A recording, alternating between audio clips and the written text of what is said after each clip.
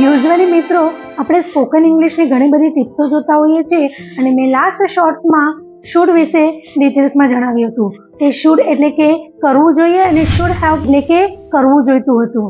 Should be એટલે કે કંઈક બનવું જોઈએ કે કોઈ જગ્યાએ હોવું જોઈએ અને શુડ હેવ બીન એટલે કે કોઈ જગ્યાએ હોવું જોઈતું હતું કે કંઈક બનવું જોઈતું હતું. હવે આજે આપણે એનો નેક્સ્ટ પાર્ટ એટલે કે પ્રેઝન્ટ ટેન્સમાં કોઈ વસ્તુ તમારી પાસે હોવી જોઈએ એના માટે શુડ હેવ પ્લસ ઓબ્જેક્ટનો યુઝ કરવામાં આવે છે. એની પાસે 1 લાખ રૂપિયા હોવા જોઈએ, તેની પાસે લેપટોપ હોવું જોઈએ, એની પાસે નવી કાર હોવી જોઈએ કે પછી અમારી પાસે એજ્યુકેશન નોલેજ હોવું જોઈએ.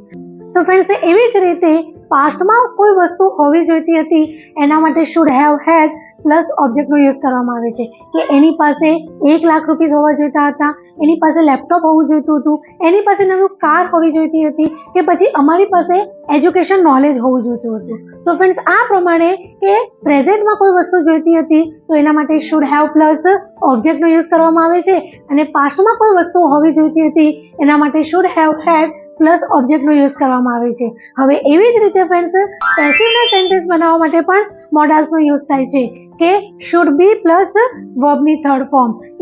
જેમાં એક્શન ઉપર ફોકસ કરવામાં આવે છે કે ઇંગ્લિશ બોલવી જોઈએ, ઇંગ્લિશ શુડ બી સ્પોકન, ગીત ગાવું જોઈએ, પત્ર લખવો જોઈએ, રૂમ ડેકોરેટ કરવો જોઈએ, અમને બોલાવવા જોઈએ. તો આ બધા સેન્ટેન્સ તમે ફોર્મ્યુલા થ્રુ બનાવીને ઇઝીલીથી તમે ગ્રામરનો સેન્સ પાવર તમારી જાતે ડેવલપ કરી શકો છો અને સેન્ટેન્સો બનાવીને સેન્ટેન્સની પ્રેક્ટિસ પણ કરી શકો છો અને ગ્રેજ્યુઅલી સ્પોકન ઇંગ્લિશમાં ફ્લુઅન્ટ બનતા જશો.